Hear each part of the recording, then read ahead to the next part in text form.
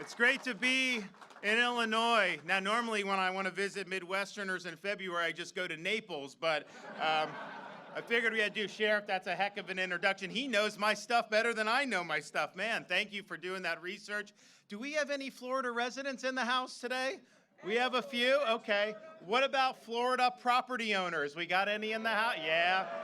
Now, here's the big one. Do we have any future Florida residents? All right.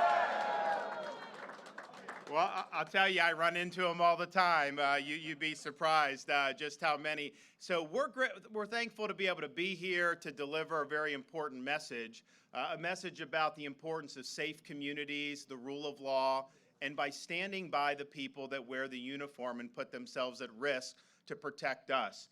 I'm very proud of what we've been able to do in Florida. I have a laundry list of things that I can brag about. We're the fastest growing state in all of the United States. We are #1 for net in-migration every year since I've been governor. Illinois, of course, is having a lot of out-migration. We're #1 in economic freedom. We're #1 in new business formations. Of course, we're #1 in tourism. We're #1 in GDP growth amongst all large states. #1 in education freedom. #1 for parental involvement in education. We have one of the lowest per capita tax burdens of any state in the country. And of course, no state income tax. Wouldn't you like to have that here in Illinois? We have one of the lowest debt per capita burdens anywhere in the country, and we currently enjoy a record budget surplus. So you see what we've been able to do. Unemployment rates a point and a half lower than the national average. I'm sure it's much lower than here in Illinois. And people are always coming. And there's a lot of reasons why people come, and not just to move, but to visit. Although it is incredible, as a governor, a lot of these governors will call businesses, please come to my state, please come.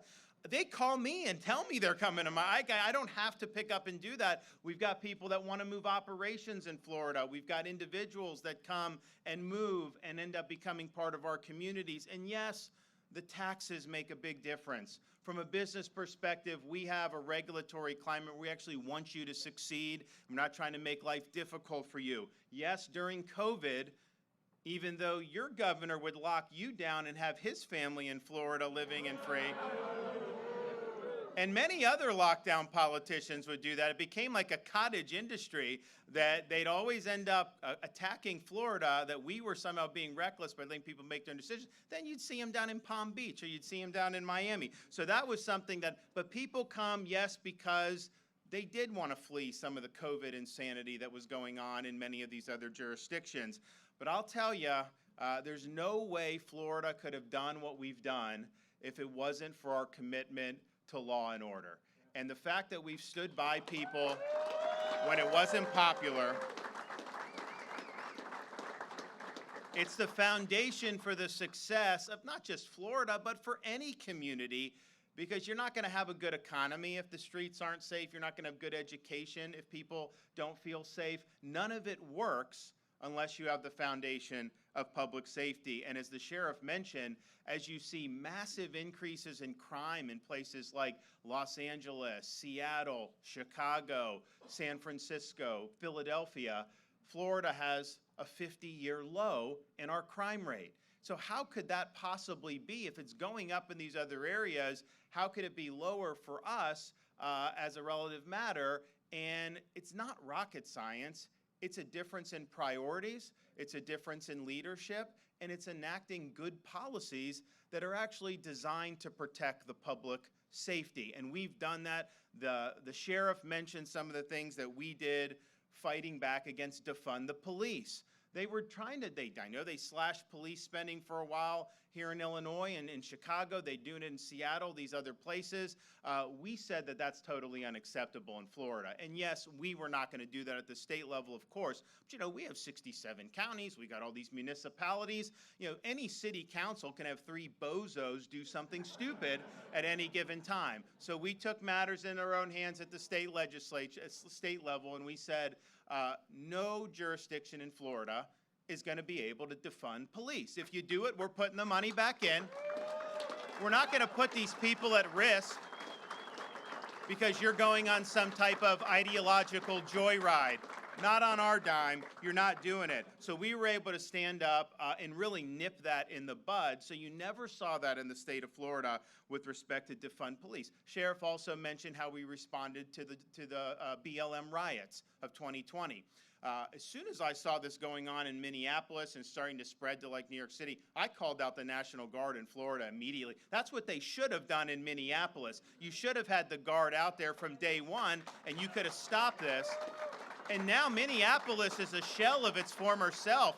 People don't want to go downtown anymore. It's going to take decades for that to ever recover what it was. So we had the Guard, we had our state law enforcement stationed all across Florida. We were working with police departments, sheriff's departments, and we said very simply, you're not burning down the state of Florida. And they didn't burn down the state of Florida. We were able to do. But we also understood that I had police officers out in some of these protests, and some of these people were throwing rocks at them, batteries, all this different stuff, and I'm just like, that's unacceptable. So our anti-riot legislation, it did two things, really. One, it said very clearly, if you riot in Florida, if you loot in Florida, if you're engaged in mob violence in Florida, you ain't gonna be treated like they do in Portland, where they bring you in, slap you on the wrist, take your mugshot, and put you right back on the street to do it all over again. No, in Florida, if you're doing that, you're not getting a slap on the wrist. You're getting the inside of a jail cell.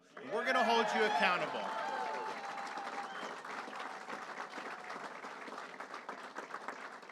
But we also said that we are not going to let you attack police with impunity when you're having these types of melees. And so if you do attack an officer who's there, they're basically just treated like sitting ducks, you're going to have enhanced penalties. And we're going to make sure we treat that with the gravity that it deserves. So we were proud to be the first state to really fight back against the rioting in a comprehensive legislative way, in addition to just taking executive action.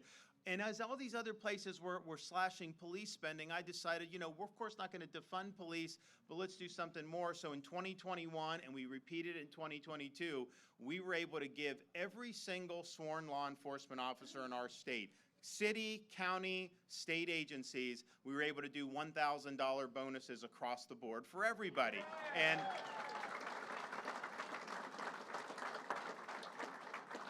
And the thing about, in an era of high inflation, every little bit helps, and Lord knows you're not going to get rich being a police officer, but it really wasn't even about that. What it was is they got to open up an envelope. They had a check that I had signed for, that was actually because we pay the taxes, so it was like $1,300. You get a $1,000 take home. And so they're seeing that, and yes, it's nice, but it just was the signal that sent, as they're defunding police and attacking police in these other jurisdictions, the state of Florida is showing them that we got your back and we support what you're doing. So it was a huge boost for morale, and people were really excited about that. We were able to do it twice in a row. And then we figured out, some of these guys are being treated so poorly. Places like Seattle, some of these other places, their morale is very low. We in Florida have an opportunity to capitalize off that. So we instituted a recruitment program, says anybody, and look, I don't beg people to move to Florida. I don't beg businesses, but I do ask for people in law enforcement who are qualified. Just know we have this recruitment program in place. If you come and you're qualified from another state and join any of our agencies, city, county, state, sworn law enforcement, you get a $5,000 signing bonus immediately right off the top. And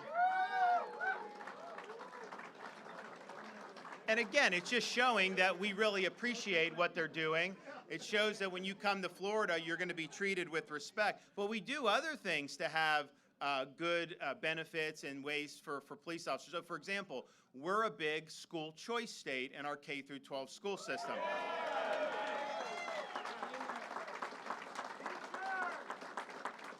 And we're going to be doing more. I got a legislative session coming up March 8th, and they're going to be in for a couple months, so we'll do more on this. But in Florida, if you are low income, you basically have the ability to take a scholarship for your kid and go take it to the school of your choice, no questions asked.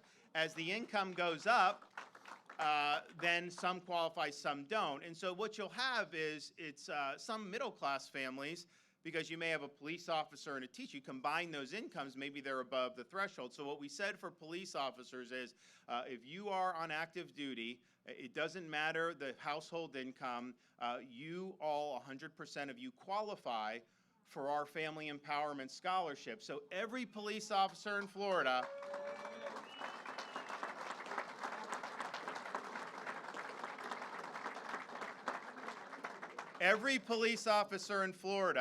has the ability to use one of these scholarships and send their child to the school of their choice if they so want to do it. And I don't think there's any other state that does that. So there's a lot of benefit. Oh, and by the way, just so because we're here, and this isn't related to law enforcement, but not everyone knows this. You know, in Florida, we have the most affordable higher education public system in the country. Tuition for in-state's about $6,200 on average. University of Florida is now in the U.S. News ranked number 5 for public universities, behind Berkeley, UCLA, Ann Arbor, and University of Virginia. Grandparents who are Florida resident can qualify for in-state tuition for their grandchildren. So any of you, if you have parents down there and they're residents and then your kids want to go in-state, you can go. And trust me, as a parent, would you rather pay $6,200 for tuition or whatever the heck they're charging everybody else? But bottom line is, we've put our money where our mouth is when it comes to standing up for law and order. Yeah, you got to set leadership at the top, and we've done that. But we've also recognized that it really only works because you've got a lot of people who are willing to put themselves on the line to protect their community members. And that's what people do in Florida every single day, and they're able to do that with a sense of pride. And so what we've done has worked, and I think it's important to point that out as I come here to Illinois. We were in Philly and New York, and again, I'm here saying come to Florida if you want to be a part of this with law enforcement, because it's something that we're really serious about. But it's also broader than that, because I can't have everybody moving to Florida. I mean, it's nice that people want to be, but you got to get some of these right. And here's what we know, particularly over the last few years. The reason why you have crime that has spiraled out of control in so many of these different areas is because you have politicians putting woke ideology ahead of public safety.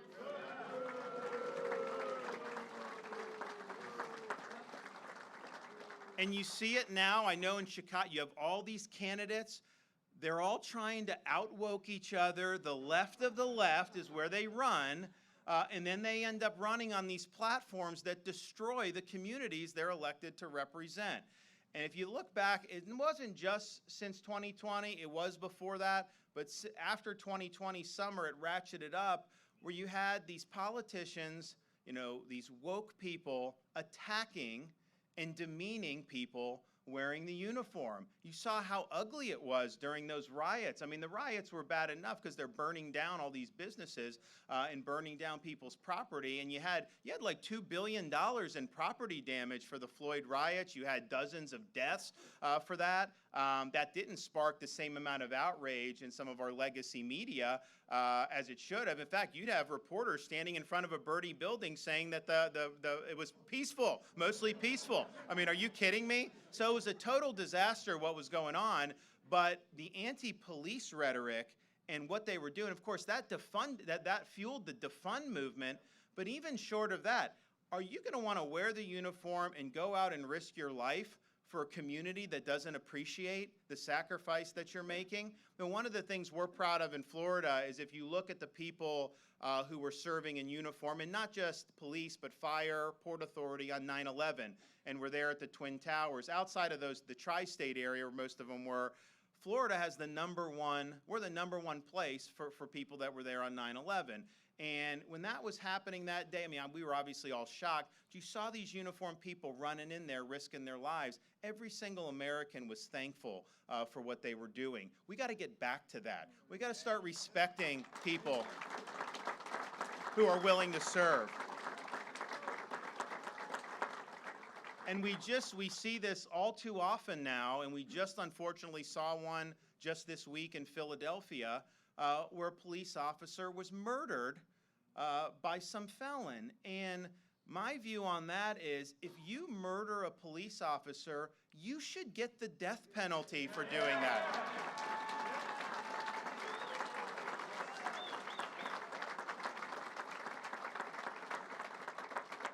But what we've created, I think, in Florida, and what you need to see more of in places like Chicago and these other cities is I can go to sheriff's departments, I could go to police departments, and you take a police officer that may have kids, and that police officer could look at those kids and say, you know what? I would love for them to follow in my footsteps here in the state of Florida. And they would feel really, really good about that. I don't know that that would be the case in Chicago or in Seattle. Do they want their kids growing up? No, they probably are working hard so their kids don't do that because of the way people are treated. And so that's when you know it's been a failure, when the people would not want to have their own kids. So in Florida, people know that they want to do that.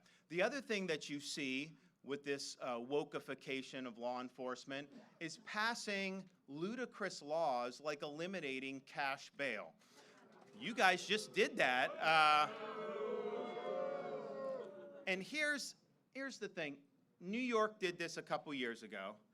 Everybody said it was going to be a disaster, but they were pursuing ideology. They were not pursuing the interests of the public.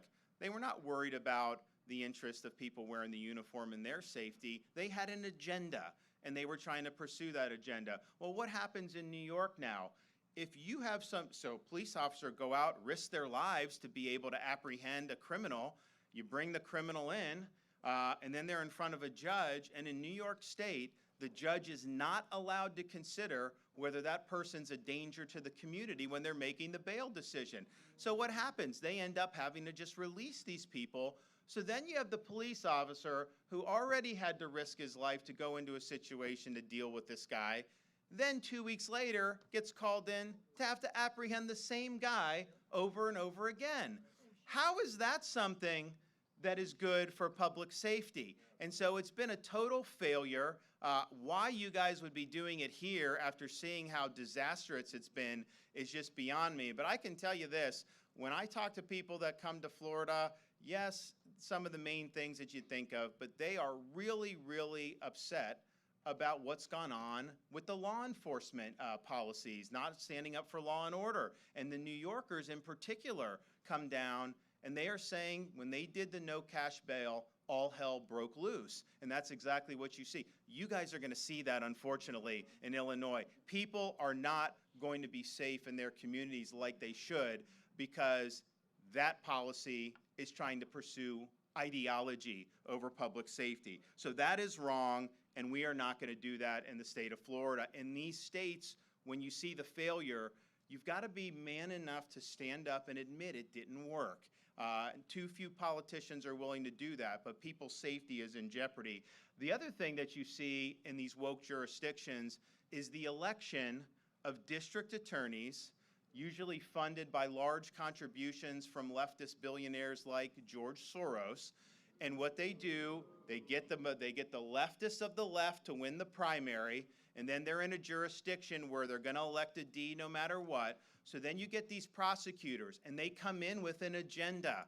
And their agenda is they don't like the criminal justice system. There's a lot of laws they personally don't like, so they take it upon themselves to pick and choose which laws should be enforced and which laws should be ignored. But you know, if your position is you don't like a certain law and you want to do something about it, the proper response for a prosecutor is to resign your office, run for the legislature, and then try to change the law. You don't get to veto laws you don't like as a prosecutor. You don't have the right to be a law unto yourself. And so we see these big city prosecutors who've been put in. They make decisions to basically say, yeah, you can go ahead and rob people, and you're not gonna be held accountable as a result of this. I was talking to a guy that moved to Florida from San Francisco. Someone robbed his house. They called the police. The police go out there and said, well, we can file the report, but they're not going to pursue it. I'm like, you're robbing somebody's house and they just let that go? No wonder the quality of life is now in the toilet. In Florida, we let it be known that we have no tolerance for prosecutors who are not going to enforce the law. Prosecutor in Florida says that they're going to ignore laws or nullify laws, then we will take action. And in fact, We had one in Tampa who announced that he was not going to enforce laws that he disagreed with, and so I removed him from his post in Florida.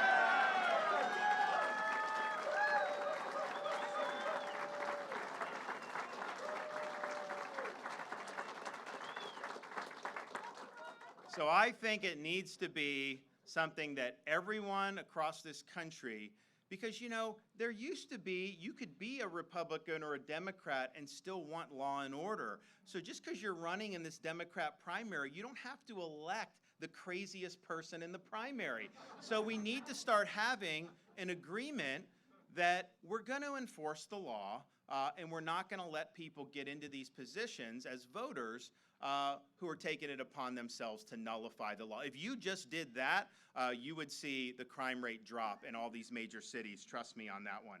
The other thing that we've done, and this isn't necessarily as prominent with respect to just law enforcement, but in Florida, we really take seriously the issue of K-12 education. And we believe in Florida that parents should be able to send their kids to school knowing that they're going to get an education, not a political indoctrination.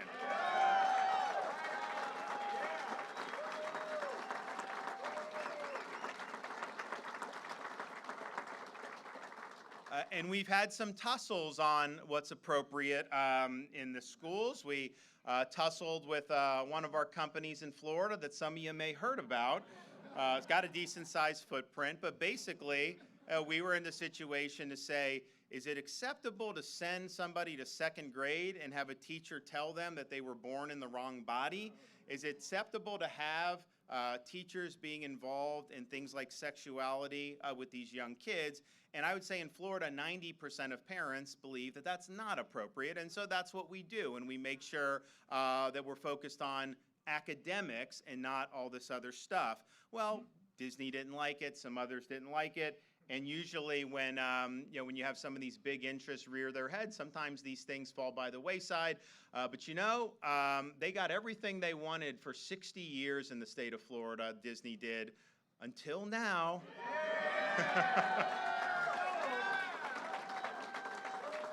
We made it very clear that we run the state of Florida, they don't. And they had for 60 years huge subsidies. They actually controlled their own government in the state of Florida, and that is now coming to an end. So we have a new era of accountability. And then you also see battles over things like critical theory. They want to inject a very significant, I think, pernicious ideology in the schools, in the different subject matter. And we've said basically things like critical race theory are not appropriate for K through 12 schools, and so we don't allow that to be injected in. And a lot of people see some of the stuff you probably read about, and some of it is just really outrageous. What a lot of people don't realize is one of the things that flows from critical theory, and you've seen it in some of these cities, is teaching kids to have a hatred for law enforcement. They actually have things where they will say that law enforcement are gunning down racial minorities with impunity, without any evidence, and that's just a slander on the people that wear the uniform. So the goal of critical theory with respect to police is to basically sow a hatred amongst very young people for those who are wearing the uniform. And in Florida, we reject that. That is totally inappropriate and that is wrong. But what we also do, in addition to say that shouldn't be taught like that or taught in schools, is we actually have programs now where school districts can work with local law enforcement agencies to let students go and observe and be a part of what's going on at our police departments and our sheriff's departments. Why is that important? Well, the kids go and they're going to see a lot of people who are conscientious. They're going to see a lot of people that are public spirited. They're going to see a lot of people who are trying to keep their community safe. And they're going to develop an appreciation for the hard work that people do, and they will develop a proper respect for what the people of law enforcement do. So we're totally different in Florida than what you see in all these other things. So woke education doesn't work.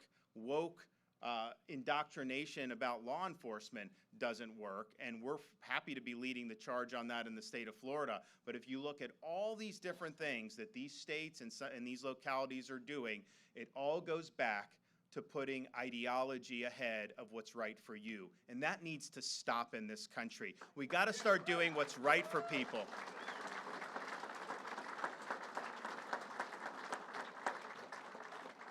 And so anybody who's interested in coming down, and yes, if you want to come and just move down anyways, but if you want to be a part of our law enforcement community, just know that the door is open. I can promise you that you'll get support. I can promise you that you'll have communities that will appreciate what you do. And I can promise you this, that in Florida, we will never, ever surrender to the woke mob. Our state is where woke goes to die. Thank you, guys. Thanks so much. Where do I go?